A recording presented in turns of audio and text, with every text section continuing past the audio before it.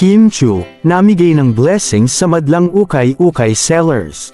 Hindi napigilan ng isang babae ang kanyang tuwa nang makita at mabigyan ng blessings ni Kim Chu. Sa isang surprise visit ng dalaga, ay nabigyan niya ng pag-asa ang isang dalagang mayroong pangarap sa buhay. Ang kanyang napiling mabigyan ng biyaya ay isang estudyante na nagsisikap ring magtrabaho at lumaban ng patas sa buhay.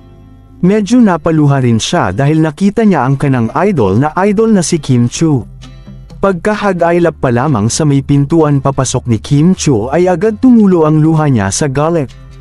Sobrang bait pa ng dalaga at sinabing wala siyang ibang gusto dahil masaya na siya na nakita si Kimi.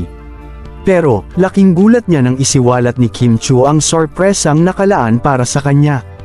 Sa pagkwekwento ng dalaga, ay hindi din napigilan ni Kim na mapaluha. Ramdam kasi nito ang hirap ng buhay at naiintindihan niya kung saan galing ang dalaga. Ayon sa kanya, saludo siya sa pinapakitang sipag at tiyaga ng dalaga dahil doble kayo dito upang makapagtapos ng pag-aaral.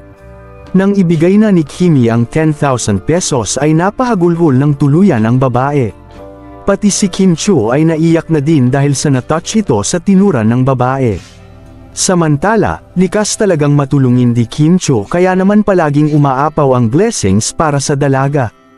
Hindi kasi ito nakakalimot na magbigay at mag-give back sa mga taong minsan din siyang tinulungan sa buhay. Anong masasabi ninyo sa balitang ito? Comment down below. Maraming salamat sa panunood.